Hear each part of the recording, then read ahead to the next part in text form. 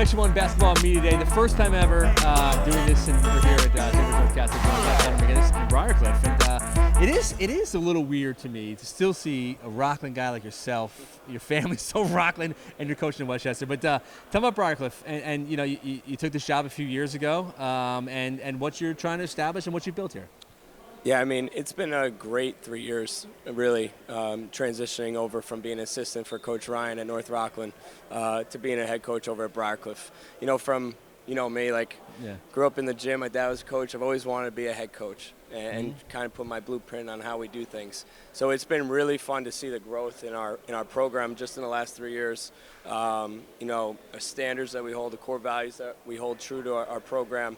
So it's been great to see the growth, and I'm really happy where things are right now. Yeah, so we just did North Rockland and Coach Jamie Ryan, and it's kind of appropriate because it took them a long time to establish the foundation of what they've now become a top team in the program, in the section.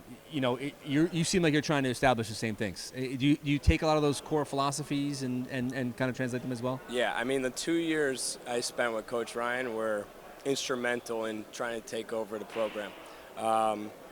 Everything he does, at every single level is, all out. Like, he's all in all year round.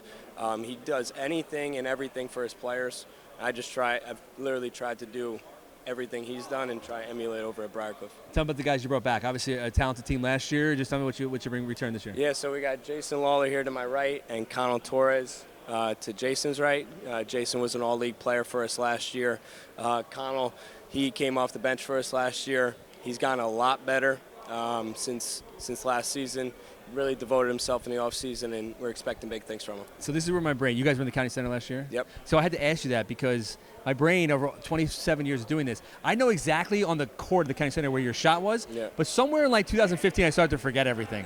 So you guys go to the county center last year. How do you build off that? And let Jason answer this one. Just how do you build off of the success you've had the last few seasons? Yeah, obviously we had a lot of seniors last year. We had 10 seniors out of our 14, so it's a pretty new team. We're all inexperienced, but we saw last year what we were able to do and the values. We have the same coach, the same values we had last year. So I think it's more about that than the players we have. We can bring those values onto the players, and I think we're doing that well. This offseason, we put together a really good team, and we're coming together a lot. We're seeing it more now, so I think we should be able to get back this year. How do you replace the seniors that are gone, though? Are there players ready to step up and take on the roles? Yeah, I mean, our JV team was 15-3 last year.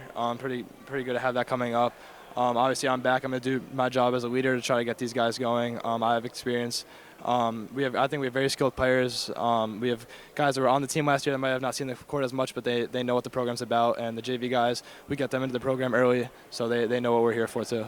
Give me some names. Who are some of the new guys stepping up? We have Devin Sood. He was on the team last year. Obviously, Connell, he'll be a big for us. We have Tyler Galtieri. He's going to be big, around 6'4". AJ Alomar is pretty skilled. Orrin Murray, we have good defenders. Zach Syme, good defender. So I think we definitely have 8 guys that can definitely play at a high level and compete for us this year. All right, pass down. Yeah. It's going to be a tough. Class B is tough, right? I mean, it's and you guys are B, right? Yeah. So the landscape of Class B is tough. You guys are going to be in the hunt. What's it going to take to kind of compete with the Woodlands and the Dobbs and those teams? Just staying together down the stretch. Obviously, it's a long season, and knowing that we went to the county center last year, but we haven't done anything yet this year. We got to stay together and we got to drive to get back there and even do better than last year. It's obviously you graduate 8 seniors, and it's the seniors 10 seniors. The 10 seniors last year.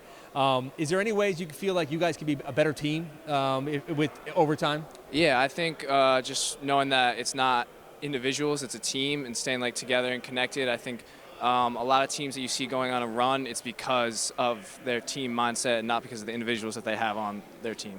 You obviously, Coach puts together a tough schedule, challenging schedule. I'm sure the scrimmage schedule is also pretty tough. You play your brother in your scrimmage tomorrow, yeah. So, just games in the schedule you're looking at right now that you're most excited for, or is it always the Pleasantville, Westlake, Valhalla games? Of course. I mean, obviously Westlake, Pleasantville, looking forward to that. We're also looking trying to get our get back against Blindenbrook. Obviously, they knocked us out in the semifinal last year. We went 1-1 against them in the regular season, and looking forward to playing them again this year. All right, guys, thanks so much. Briarcliff Coach McGinnis, appreciate it. Talk soon. All right, man.